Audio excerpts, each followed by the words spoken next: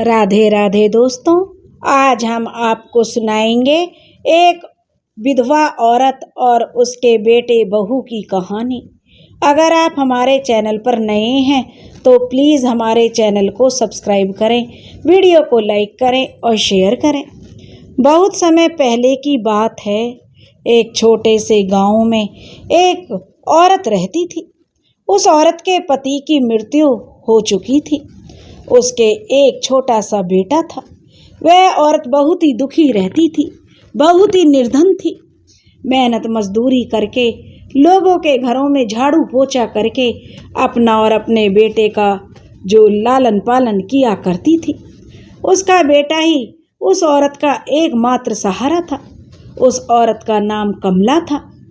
कमला ऐसा करते करते अपने बेटे को पाल रही थी। धीरे धीरे समय बीता। समय भला किसके लिए रुकता है। ऐसे ही 2-3 साल का समय बीत गया। अब कमला का बेटा थोड़ा सा बड़ा हुआ, कुछ समझने लायक। तो दोनों माँ बेटे अब जिसके घर काम मिल जाता उसी के घर काम कर लेते और काम निपटा कर शाम के समय एक दिन दोनों माँ बेटे घर आ रहे थे। रास्ते में विष्णु भगवान के मंदिर के अंदर सत्यनारायण भगवान की कथा हो रही थी। जो कमला थी उसका बेटा कहने लगा, माँ चलो हम भी चलते हैं और आज कथा कीर्तन सुनेंगे। तब कमला ने कहा, नहीं बेटा, हम नहीं जाएंगे, वहाँ चढ़ावा चढ़ाने के लिए हमारे पास कुछ नहीं है।